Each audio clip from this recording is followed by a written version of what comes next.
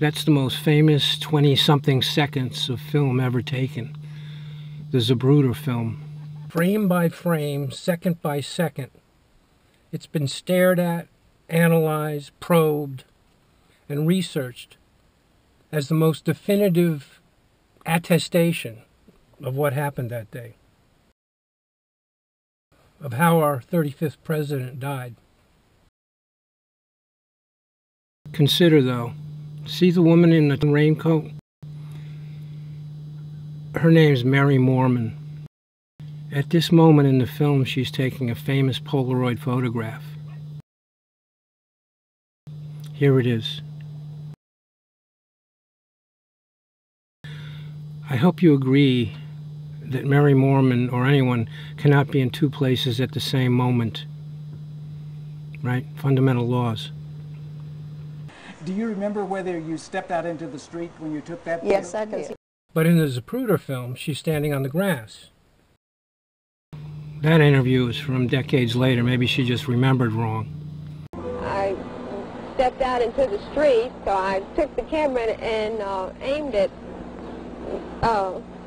focused it. But this one's from within 24 hours. I stepped out into the street. You'd think she'd remember that correctly, a moment like that. I mean, I jumped on the street to yell at him to look this way, and shots rang out. He grabbed his throat, and that was the horrible headshot.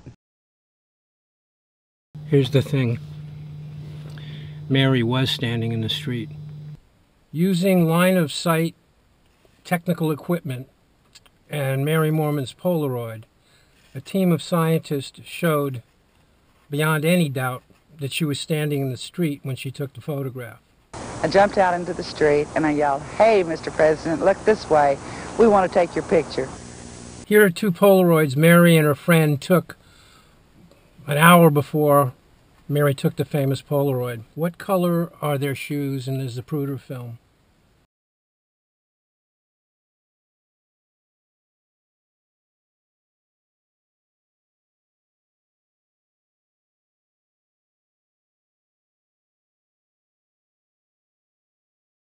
How much evidence do we need that the Zapruder film, like the autopsy photograph and x-rays, do not depict reality? How much do we need? I found that the sign was both too large and not in the correct location. But when I found that the sides of the sign, it was the only object in the film that I had ever seen that didn't obey the distortion of the lens. It was put in over the top. And there's one thing flashing out at you, which is this sign. This one is too wide, slightly in the wrong position, but you can get that from parallax. And it's too wide, and the top of the sign is wrong. So this completes the work that Jack had done already in showing that this sign is in the wrong position and the wrong geometry. The sign is not correct.